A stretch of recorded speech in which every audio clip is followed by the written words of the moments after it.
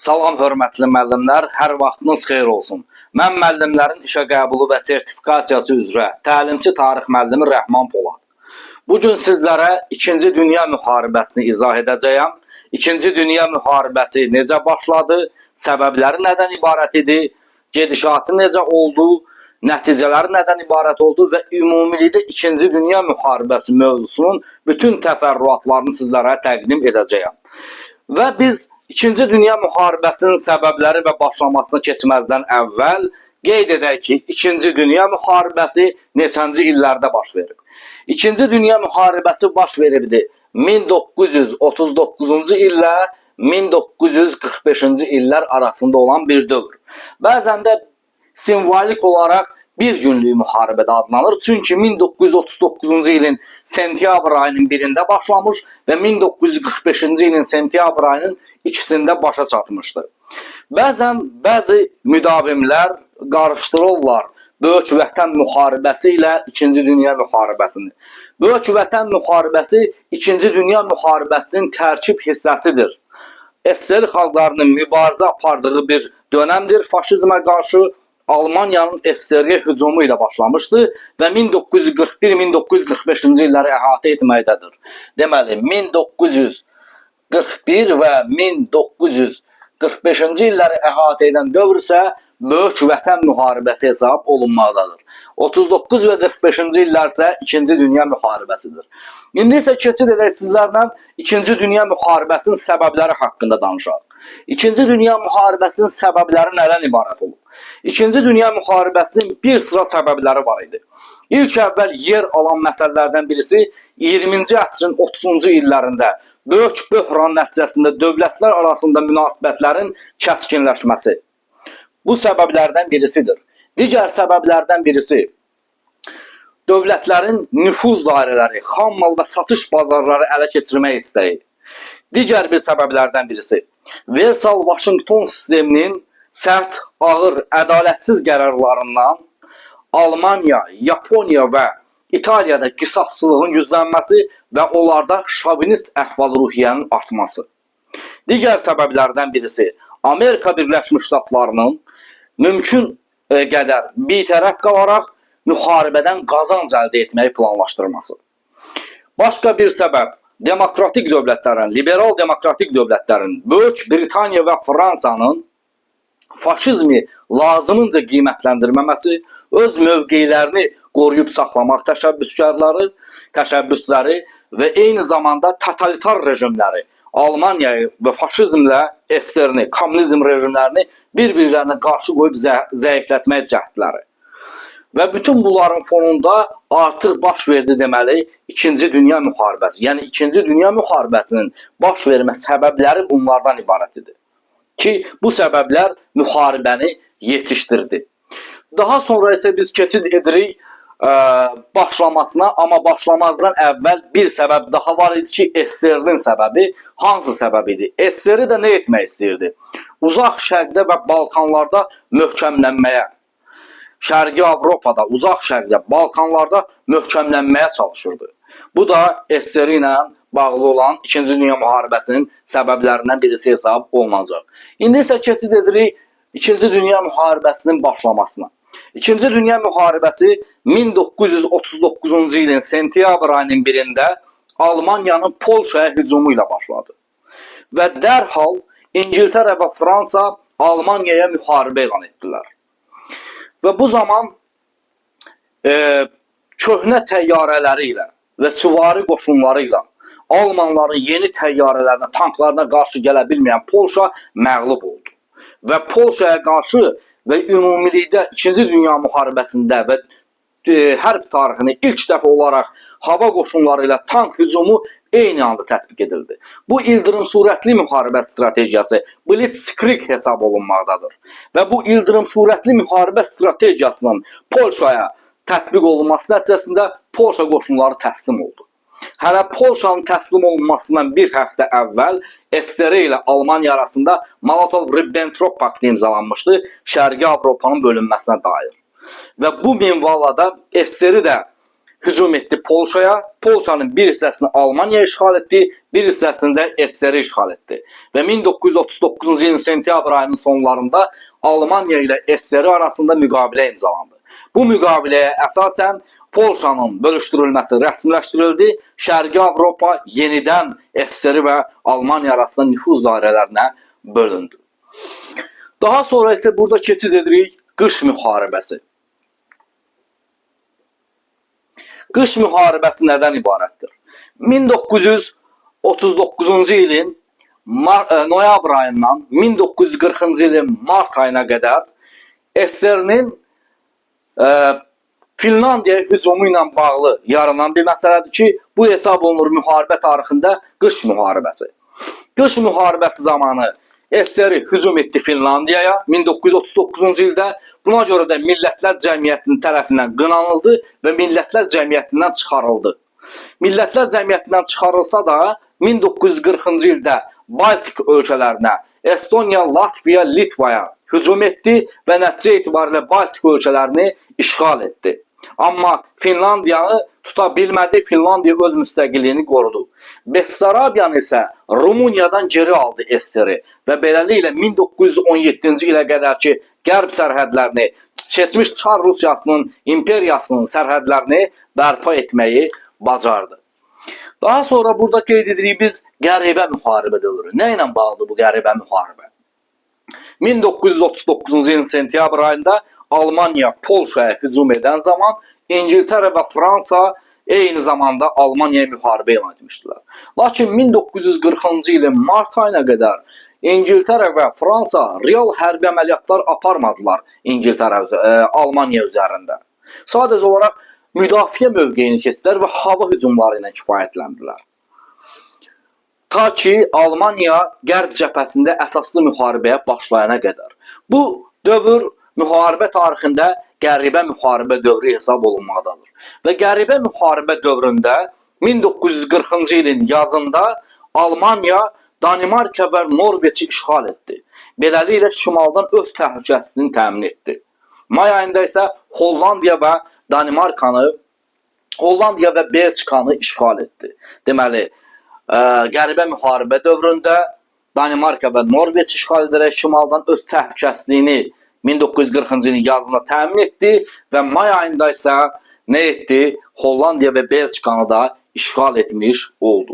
Daha sonra isə biz burada qeyd edirik Dunkirk möcüzəsi. Nədir bu Dunkirk möcüzəsi?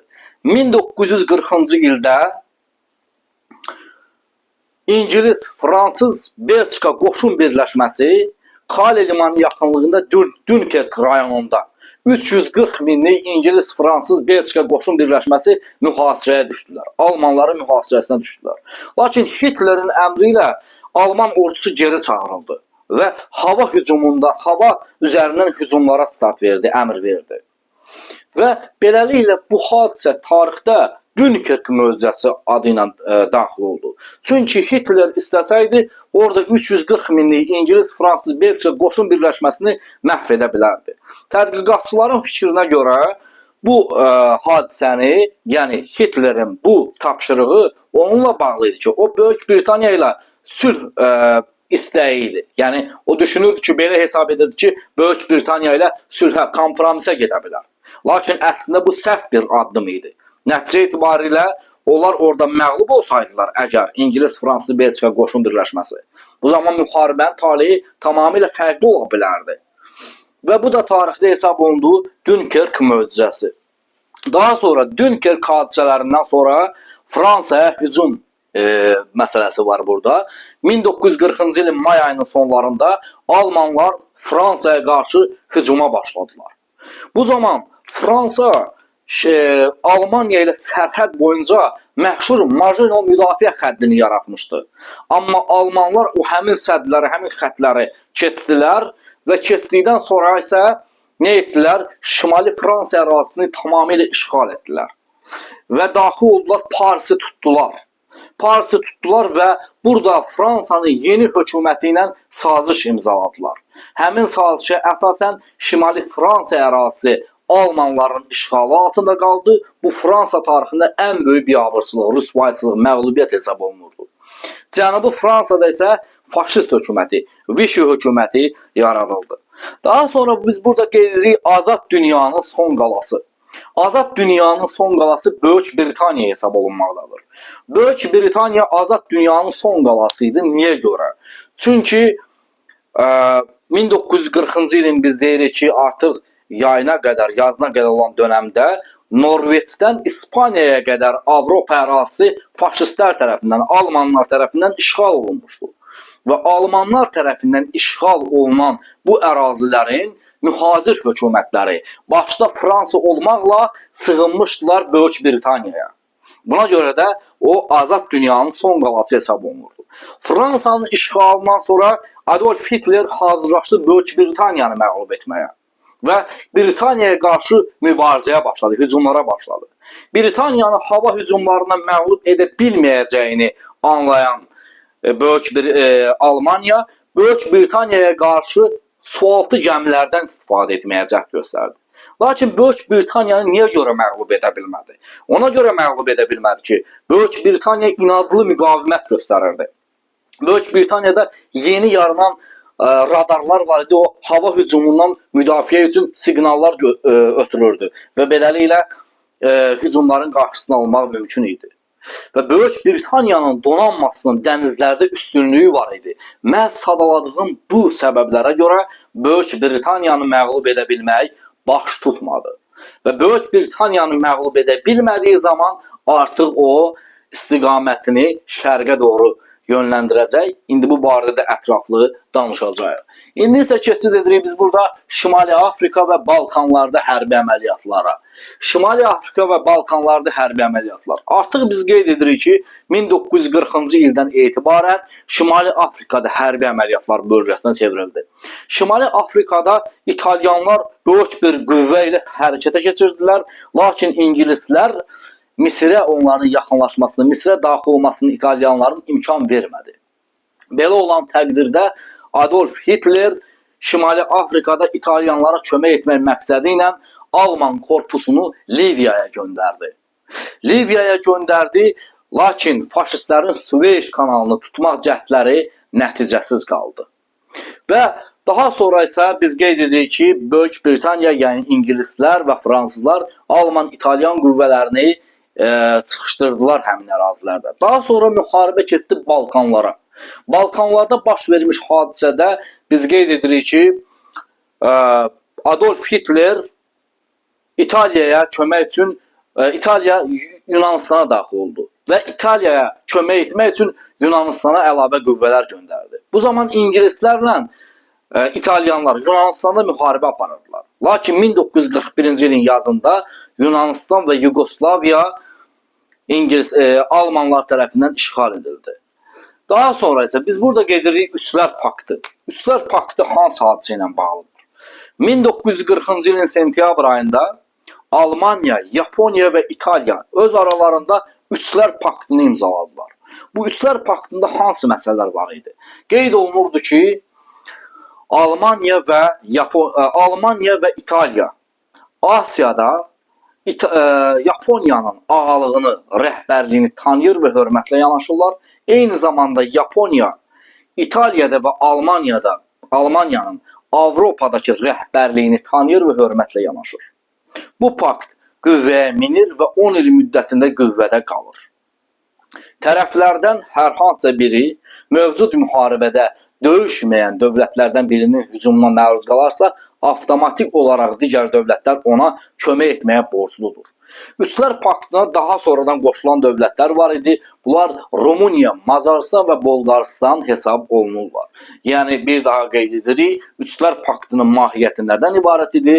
Üçlər Paktı Yaponiyanın, Almaniya və İtaliyanın Avropadakı üstünlüyünü tanıması, Almaniya və İtaliya isə Yaponiyanın Asiyadakı üstünlüyünü tanıması ilə bağlı hesab olmalıdır. Lakin SSR-yə də Üçlər Paktına qoşulmaq təklif edildi. SSR sadəcə olaraq bir sıra şərtlər irəli sürdü. Bu şərtlər Almaniyanın xoşuna gəlmədi də, belə deyək. Yəni Almaniya bu şərtləri qəbul etmədi. Buna görə də bu Üçlər Paktına SSR-nin qoşulması mümkün olmadı. Daha sonra biz burada qeyd edirik Almaniyanın SSR-yə hücumu. Adolf Hitler Almaniyada şərəksiz hökmranlığa nail olmaq, kommunizmi ləğv etmək, SSR-nin təbii resurslarını ələ keçirmək məqsədi ilə 1941-ci ilin iyul ayının 22-sində hücum etdi SSR-yə. Və o SSR-yə hücum edən zaman Barbarossa planını tətbiq etdi. Barbarossa, Frederiks Barbarossa, Müqəddəs Roma İmperatoru plan onun adı ilə bağlı hesab olunur. SSR müharibəyə hazır olmadığına görə müharibənin ilk 3 ayında Ukrayna, Belarusiya əraziləri işğal olundu. Almanlar gəldilər, çatdılar Leningradı, Sankt-Peterburgu mühasirə aldılar. Moskvaya yaxınlaşdılar. Və Almanların məqsədləri var ki, artıq qışa qədər Arxangelsk-Həştərxan xəttinə çatsınlar. Lakin Moskva döyüşündə 1941-ci ilin dekabr ayında Moskva döyüşündə SSR-nin Sovet qoşunlarının əks hücumu baş verdi. İldırım sürətli müharibə strategiyası puça çıxdı. Almanlar geri çəkilməyə məcbur oldular. Bu isə qışın çətinlikləri SSR xalqlarının azadlıq mübarizəsi nəticəsində baş vermişdi. Daha sonra burada qeyd edirik Atlantika Xartiyasını. Atlantika Xartiyası nə ilə bağlıydı? Biz axı əvvəl qeyd etdik ki, ABŞ müharibənin əvvəlində bitərəfli siyasət yürüdürdü. Lakin 1941-ci ilin mart ayında ABŞ bitərəflikdən imtina etdi və Lend-Liz qanunu qəbul etdi.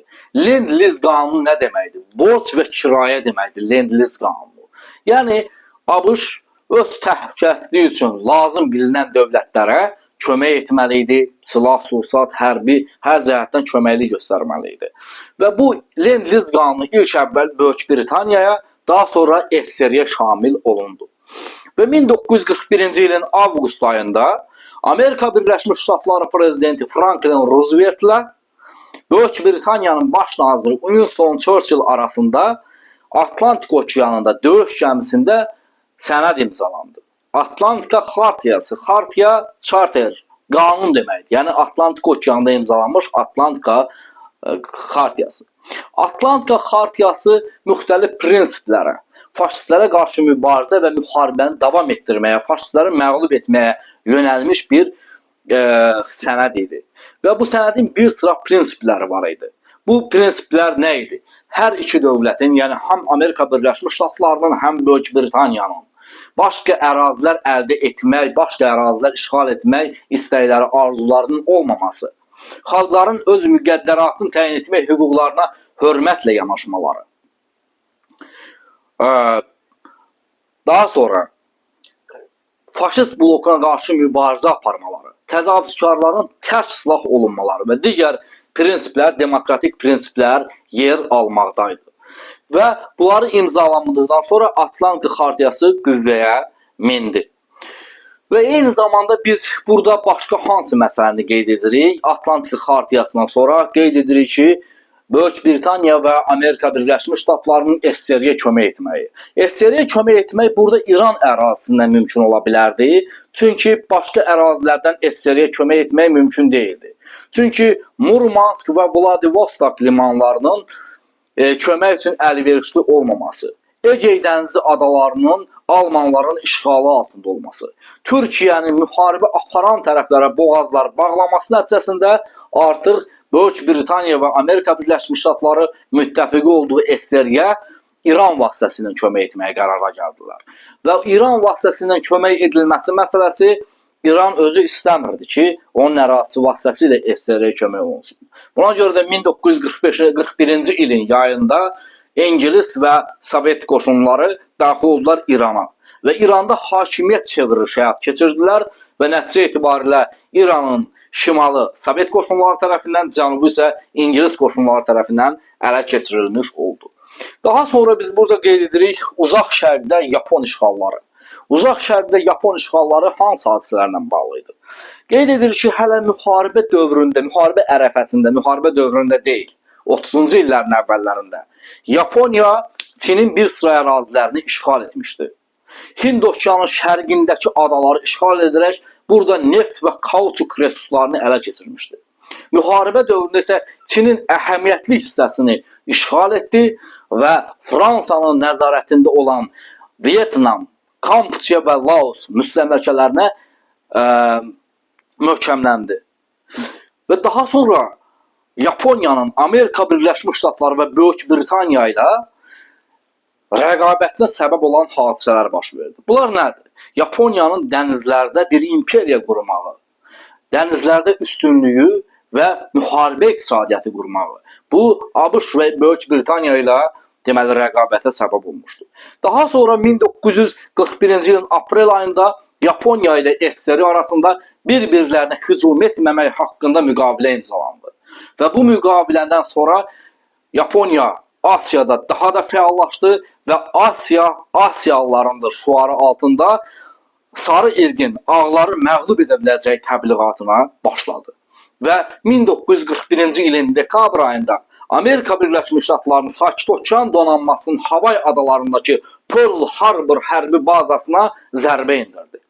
Və nəticə etibarilə Amerika Birləşmiş Ştatları Yaponiyaya müharibə elan etdi və daha sonra Almanya Amerika Birləşmiş Ştatlarından müharibə elan etdi. Və beləliklə 2-ci Dünya müharibəsi uzaq şərqə yayıldı və genişləndi. Daha sonra isə biz burada qeyd edirik anti-Hitler koalisiyasının yaradılması. 1942-ci ilin yanvar ayının 1-də 26 dövlət Atlantika Xartiyasına qoşulmaq və faşist blokuna qarşı əməkdaşlıq etmək haqqında müqavilə imzaladılar. Bu Birləşmiş Millətlər Bəyannaməsi BMT-nin yaradılmasında ilk addım hesab olundu və beləliklə deyirik ki, anti-Hitler koalisiyası yarandı. Daha sonra isə biz burada qeyd edirik əsaslı dönüş. Nə ilə bağlıdır bu əsaslı dönüş? Ümumiyyətlə faşist blokunun uğurlarının qələbə qazanmasının bir sıra səbəbləri var idi. Bu səbəblər içərisində ən doğru səbəb isə faşist blokunun illərlə hazırlaşması, yəni əvvəlcədən lazım tədbirlərin görülməsi və qəfil hücumları ilə bağlı idi. Buna görə də 1942-ci ilin əvvəllərində faşist blokunun üstünlüyünün zirvə nöqtəsi idi. Yəni faşist bloku dövlətlərinin üstünlüyünün, hegemonluğunun zirvə nöqtəsi hesab olundu. Amma 1942-ci ilin yayından etibarən artıq faşist bloku zəifləməyə başladı. Tədricən strategiyasını itirməyə başladılar. Və 1942-ci il hadisələrindən bəhs edərkən biz qeyd edirik ki, Əl-Əlameyn döyüşündə Misirdə İngilis, Fransız qüvvələri, Alman, İtalyan qüvvələrini məğlubiyyətə uğratdılar. İngilislər onları məğlubiyyətə uğratdılar. Daha sonra Yaponiya Mərcan adaları yaxınlığında baş vermiş Amerika Birləşmiş Ştatları ilə döyüş zamanı 1942-ci ildə Avstraliyanı işğal etmək təhlükəsi Yaponiyanın qarşısı alındı. Daha sonra elə həmin ada yaxınlığında baş vermiş Midway döyüşündə Sakit Okeanda əsaslı dönüş başladı və ABŞ qoşunları Yaponiyanı məğlub etdi. Yaponiya bir daha Sakit Okeanda hərbi əməliyyata başlaya bilmədi. Daha sonra əsaslı dönüş Sovet-Alman cəbhəsində də başladı. Sovet-Alman cəbhəsində Stalingradın mühasirəsindən sonra, yəni Stalingrad ətrafında, Stalingradda hər küçə, hər ev uğrunda mübarizə aparılırdı. Çünki onlar Şimali Qafqazın bir hissəsini Almanlar işğal etmişlər. Onlar Qafqazı bütövlüyü ilə işğal edib Bakı neftini ələ keçirtmək istəyirdilər. Stalingrad bir düyün nöqtəsi idi və Stalingrad döyüşləri zamanı Sovet qoşunları əks hücuma getdilər və onlar Stalingrad döyüşləri zamanı Almanları məğlub etdilər. Nəticə etibarilə Sovet-Alman cəbhəsində əsaslı dönüş başladı. Daha sonra isə ən böyük tank döyüşü zamanı, Kursk döyüşü zamanı 1943-cü ilin yayında Sovet-Alman cəbhəsində əsaslı dönüş başa çatdı. Sovet-Alman cəbhəsində Sovetlər üstünlüyü təşkil etdilər, Almanları darmadağın etdilər. Eyni zamanda 1943-cü ilində yay aylarında baş vermiş Atlantika uğrunda döyüşlər zamanı da Almanlar və ümumilikdə faşistlər məğlub oldular, üstünlük müttəfiqlərin tərəfinə keçdi və bu hadisə Atlantika uğrunda gedən döyüşlər zamanı faşist blokunun böhranına səbəb oldu həmin bu hadisə. Daha sonra isə biz qeyd edirik ki, artıq Sovet-Alman cəbhəsində əsaslı dönüşün başa çatmasından sonra böyük üçlük Tehranda konferans keçirdilər 1943-cü ilin payızında. Və bu böyük üçlük Böyük Britaniyanın baş naziri Winston Churchill, Amerika Birləşmiş Ştatları prezidenti Franklin Roosevelt və SSR rəhbəri Iosif Stalin iştirak edirdi. Və Tehran konferansında əsas müzakirə mövzusu İkinci cəbhənin, Avropada ikinci cəbhənin açılması idi. Və Avropada ikinci cəbhənin açılması qərarı alındı ki, bu da Fransa ərazisindən, Normandiyadan açılması qərarı alındı. Və daha sonra isə biz qeyd edirik ki, 1944-cü ilin artıq yazında başladı Normandiya yayında, artıq iyun ayında Normandiyaya Amerika Birləşmiş Ştatları, İngiltərə və Fransa qoşunları qoşun çıxardılar və beləliklə ikinci cəbhə açılmış hesab olundu. Amma 1945-ci ilin hələ fevral ayında burada deməli Yalta konferansı, Krım konferansı keçirildi. Krım konferansı keçirildi, amma Krım konferansını qeyd etməzdən əvvəl deməli qeyd edək ki, 1944-cü ilin iyun ayında onlar Normandiyaya qoşun çıxardılar. Normandiyaya qoşun çıxarılması nəticəsində ikinci cəbhə açıldı və 1944-cü ilin ərzində, ilin sonuna qədər Fransa ərazisi faşistlərdən təmizləndi, faşistlərdən azad olundu. Eyni zamanda Sovet-Alman cəbhəsində də Sovetlər tamamilə çıxardılar SSR ərazisindən Almanları və onları Şərqi Avropada müharibələr başladı. Eyni zamanda 1944-cü ildə də dənizlərdə tamamilə Yaponları məğlubiyyətə uğratmışdı Amerika Birləşmiş Ştatları. Daha sonra isə biz burada Yalta konferansından danışırıq 1945-ci ilin fevral ayında. Və Yalta konferansında Amerika Birləşmiş Ştatları yenə də Böyük Britaniya və SSR üç böyük liderin görüşməsi idi. Yalta konferansında, Krım konferansında bir sıra məsələlər qeyd olunub. Hansı məsələlər idi? Bunları tək-tək qeyd edək. Birincisi, SSR-nin qərb sərhədləri tanındı.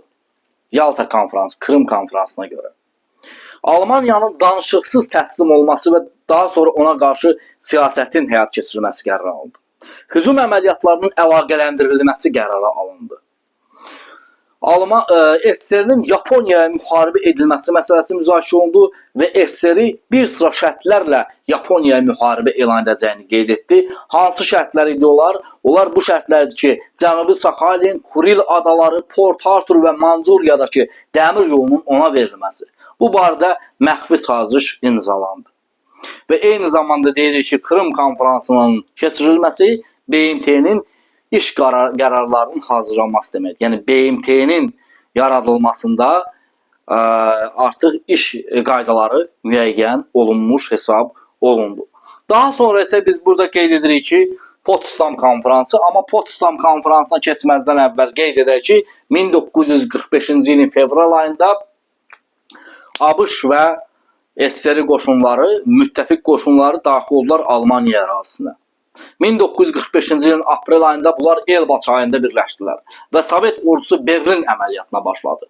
Berlin əməliyyatına başladı və Almaniyanı tutdular, Berlini tutdular və nəticədə Adolf Hitler intihar etdi. 1945-ci ilin may ayının 8-dən 9-una keçən gecə Keitel danışıqsız təslim olmaq barədə müqaviləyə imza çəkdi. Yəni danışıqsız təslim olmaq qərarına gəldi. Beləliklə Avropada müharibə bitdi. Və Avropada müharibə bitdikdən bir neçə ay sonra, yəni yay aylarında, iyul ayında Almaniyada, Berlin yaxınlığında Potsdam konferansı keçirildi. Potsdam konferansı müharibədən, Avropadakı müharibədən sonraya həsr olunmuş bir müqavilə idi. Burada Almaniyaya olan münasibət qəti olaraq müzakirə olundu. Almaniyanın ərazisi 4 işğal zonasına bölündü. ABŞ, SSR, Böyük Britaniya və deməli, Böyük Britaniya, Fransa, SSR və ABŞ işğal zonalarına bölündü. Hərbi canilərin, faşistlərin cinayət məsuliyyətinin cəlb edilməsi üçün hərbi beynəlxalq tribunal yaradıldı. Və Potsdam konferansında kimlər iştirak edirdi? SSR rəhbəri Iosif Stalin iştirak edirdi. Böyük Britaniyanın yeni baş naziri Clement Attlee iştirak edirdi və ABŞ-da vitse-prezident Harry Truman iştirak edirdi.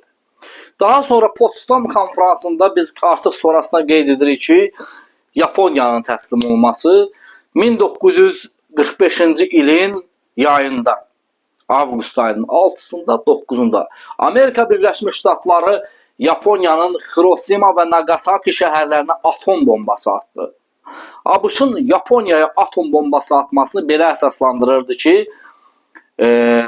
tropik iqlimin çətinlikləri, Yaponların inadlı müqaviməti, müharibənin çox vaxt aparması və çox tələfat verməsi, ABŞ çox tələfat vermək istəmirdi və ərazilərin uyğun olmaması müharibə üçün bunları əsaslandırırdı. Lakin əslində əsl səbəblər bunlardan ibarət deyildi. Əslində məqsəd ABŞ-ın güc nümayişi etdirməsi 2-ci Dünya müharibəsində və Yaponiyanı tamamilə məhv etməsi, məğlub etmək niyyəti ilə deməli atom bombasını atmışdı.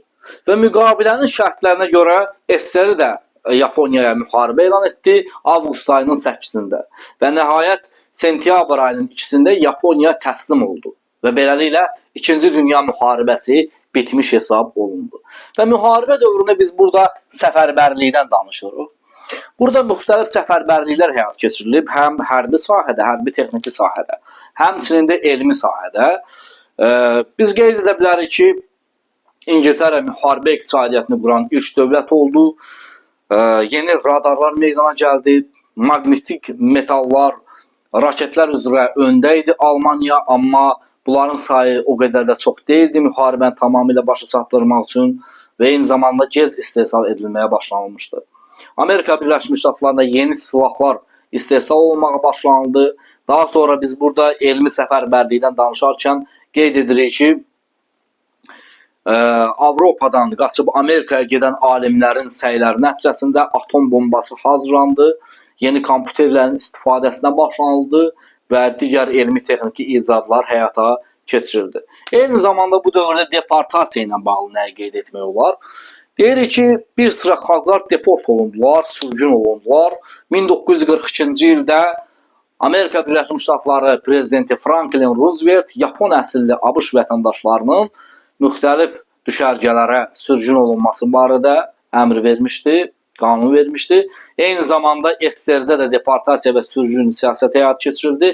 Belə ki, faşistlərlə əməkdaşlıqda ittiham olunan 1943-cü ildə Qaraçaylar, 1944-cü ildə Çeçen, İnquş, Balqar, Kalmıklar, Krımda Tatarlar, Gürcüstanda Axılska türkləri ittiham olunaraq sürgün olundular Mərkəzi Asiyaya, Qazaxıstan və Sibirə.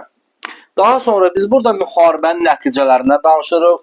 İkinci Dünya müharibəsi bu vaxta qədər baş vermiş ən böyük, ən güclü müharibə hesab olunmaqdaydı. 60-dan çox dövlət iştirak edirdi. İkinci Dünya müharibəsində 70 milyondan artıq insan həlak oldu.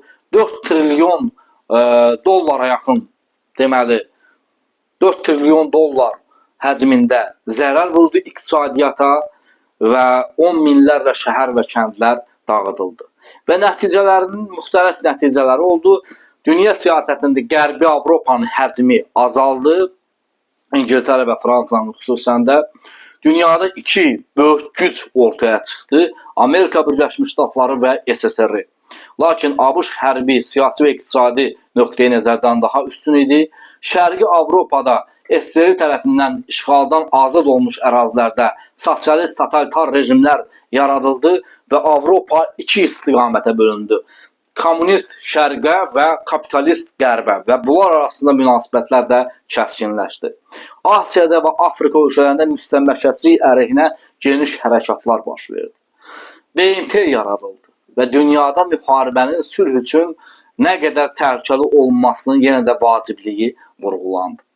Əziz və hörmətli müəllimlər, ümid edirəm ki, sizlər üçün izahım, 2-ci Dünya müharibəsinin izahı səmərəli oldu. Hər birinizə xoş izləmələr arzuluyuram, diləyirəm və ümid edirəm, arzu edirəm ki, sizlər bu həmin izahımla müəyyən qeydlərinizi götürdünüz və bu sizin müəllimlərin işə qəbul imtahanında və sertifikasiya imtahanında sizlərə dəstək olacaq məqamları əhatə edən biliklər hesab olunmaqdaydı. Bizim dərs qruplarımıza və sınaq qruplarımıza qeydiyyatımız davam etməkdədir. Aprel ayının 9-undan etibarən aprel surət qruplarına başlayırıq. və aprel ayının 5-dən etibarən sınaq qruplarına başlayırıq artıq biz və istəyirəm ki, bu barədə sizlərin ətraflı məlumatınız olsun ki, çünki sizlərin çoxsaylı suallarınızı mən hər nə qədər də şəxsi də, qruplarda cavablandırmağa çalışsam da, sizlər mövzu izahımla birlikdə eyni zamanda bu sınaq qrupları və dərs qrupları haqqında da tam ətraflı məlumatlı olmağınızı istəyirəm. Deməli, əziz müəllimlər, aprel ayının 9-dan etibarən bizim aprel surət qruplarımıza qeydiyyat prosesimiz başlayıbdır. Hansı müəllimlər müraciət edirlərsə bizlərə, biz onları qeydiyyata alıb qruplara əlavə edirik. Eyni zamanda sınaq qruplarımıza da qeydiyyat başlayıb. Surət qruplarımızda, dərs qruplarımızda həftədə 3 dəfə aprel ayının 9-dan etibarən başlanılacaq. 2-ci, 4-cü və 6-cı günlər saat 21:00 ilə 23:00 arasında olacaq dərslərimiz. Dərslərimiz 2 sistemə əsaslanır. Zoom platformasına və sayt sisteminə. Dərslər 2 mərhələdə həyata keçiriləcək. Aprelin 9-da başlanılacaq dərs surət qrupu ilə mayın 25-nə qədər həftədə 3 dəfə dərs keçiriləcək. 2, 4 və 6-cı günləri və ümumilikdə 19 dərs olacaq bu dərs. Və mayın 25-dən isə iyun ayının 27-sinə qədər həftənin hər günü, bazar günündə daxil olmaqla saatlarla dərslər keçiriləcək və biz 32 dərsə 2-ci mərhələndə başa çatdıracağıq. Təkrarımızı tam başa çatdıracağıq. Bizdə tam vahid proqram əsasında, vahid bir sistem əsasında dərslər keçirilir. Və dərslərimizin quruluşu barədə istəyirəm məlumatlı olasınız. Məsələn, tutaq ki, mövzumuz 2-ci Dünya müharibəsidir və biz dərslərə başlamışıq. Məsələn, misal çəkirəm mən bunu. Müəllim ilk öncə 2-ci Dünya müharibəsinin baxın belə video izahına baxır. Saytda bütün mövzuların video izahları var. 2-ci Dünya müharibəsinin testini işləyir. Əvvəlki qruplarla edilən Zoom sual-cavablarına baxır. Dərsə tam məlumatlı olduğundan sonra Zoomda bizdən sual-cavab prosesinə gəlir. Və biz müəllimi də sual-cavab edirik ki, görürük doğrudan da testlər, video izahlar, əvvəlki qrupların Zoom sual-cavabları effekt verib yoxsa yox. Müəllim artıq sual-cavab olunduqdan sonra mövzu ilə işimiz bitir, keçirik növbəti mövzuya. Yəni dərslərimiz çox yüksək keyfiyyətləndir və surət qruplarında olacaq müəllimlər 5000-dən artıq test işləyəcəklər, 500-dən artıq Zoom sual-cavablar dərsi əldə edəcəklər, bütün mövzuların hamısını video izahlarını əldə edəcəklər. Eyni zamanda onlarla 2 mərhələli dərslər keçəcəyik. Daha sonra sınaq qrupları isə aprel ayının 5-dən etibarən fəaliyyətə başlayır. 15 sınaq imtahanı təşkil olunur aylıq olaraq aprel ayı üzrə olunacaq və bu 15 sınaq imtahanı 7 mövzu sınaq imtahanı, 2 bölmə sınaq imtahanı, 1 xəritə sınaq imtahanı, 5 ümumi sınaq imtahanından ibarətdir. Əgər sizlər daha ətraflı və konkret məlumatlar əldə etmək istəyirsinizsə, qeyd olunan əlaqə nömrəsi ilə əlaqə yaradın. Mənim əlaqə nömrəmi bura qeyd edəcəyəm. Siz həmin əlaqə nömrəsi ilə mənimlə əlaqə saxlaya bilərsiniz.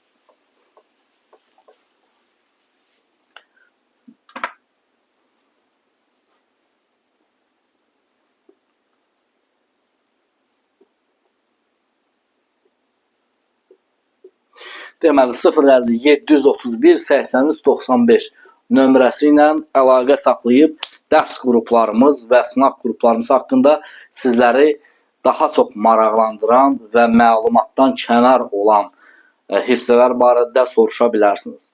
Hər birinizə müvəffəqiyyətlər arzulayıram. Sağ olun, salamat qalın.